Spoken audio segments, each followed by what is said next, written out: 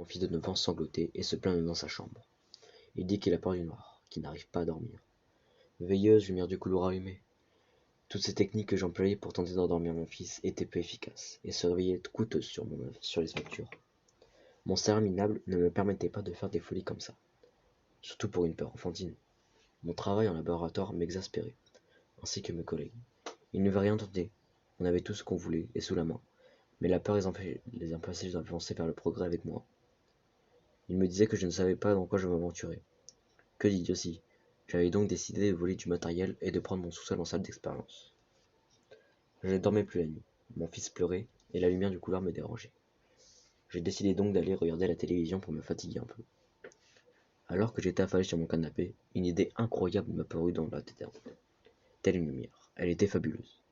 Je sautai de mon canapé et courus vers le sous-sol, où j'avais récemment installé mon matériel. Une fois de plus, mon génie avait parlé. Pour vaincre ses peurs, il faut les connaître et les affronter. Mon fils ne craindra plus sa peur affrontée de soir. Quelques instants plus tard, j'avais anesthésié mon fils pour que je puisse le délivrer de son tourment.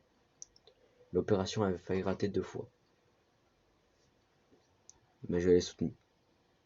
Je lui ai parlé, pendant toute cette longue nuit de douleur. Il semblait se débattre, et paniquer dans son sommeil artificiel. Il gémissait et transpirait énormément sur la fin de l'opération. J'ai dû prendre l'initiative d'éteindre la lumière pour ne pas mettre en faillite mon travail, et la vie de mon fils.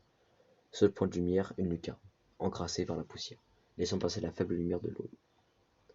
J'avais presque perdu mon fils, dans cette opération, mon seul et unique fils. J'aurais dû avoir peur de le perdre, mais non. C'est pour ça que je m'abrutis de collègues n'avancent pas, ne progressent pas. Ils ont trop peur de perdre des vies. J'ai laissé mon fils se réveiller seul dans son lit. J'ai fermé la porte à clé et coupé toute source de lumière pouvant le mettre en péril. Il a besoin de repos pour vaincre sa peur. C'est la fin de la journée que je reprends mon histoire. Mon fils, mon nouveau fils, pleura.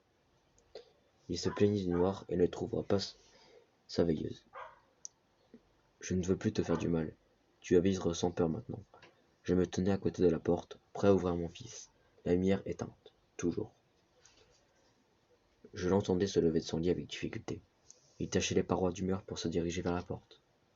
Je déverrouillai la porte pour le laisser sortir. Une première main apparut, la main non touchée pour qu'il puisse éteindre les lumières des pièces voisines.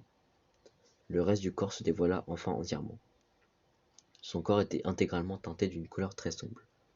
Je pouvais décider de lui laisser sa couleur originelle, mais je veux lui faire comprendre qu'il allait devoir vivre avec son ancienne peur. J'avais, par contre, laissé sa main droite telle qu'elle était pour qu'il puisse éteindre les lumières des pièces voisines, comme je l'expliquais précédemment. Mais l'opération ne s'arrêtait pas à changer de couleur la quasi-totalité de son corps. La partie sombre ne supportait pas la présence de luminosité, sous peine d'infliger une douleur aiguë à la partie touchée. Il ne semblait pas être choqué de cette nouvelle apparence, sans doute encore un peu assommé par l'opération. Je m'étais habitué à vivre dans le noir, quasi total, pour pouvoir l'aider à combattre sa peur. Être présent, il semblait presque habitué, et se débrouillait sans trop de mal à se diriger sans utiliser ses yeux et ses mains. Durant quelques jours suivants, son comportement changeait. Il sursautait à des moments inappropriés, et se retournait sans arrêt. Après ces changements comportementaux, il me faisait presque douter de lui-même. Il s'approchait de moi en poussant des petits rugissements d'animaux. Il laissait glisser très lentement sa main contre les murs pour éteindre les lumières. Il ne dormait quasiment plus. Il errait dans la maison, sans but précis, et venait me réveiller en enlevant ma couette d'un coup sec, de manière violente.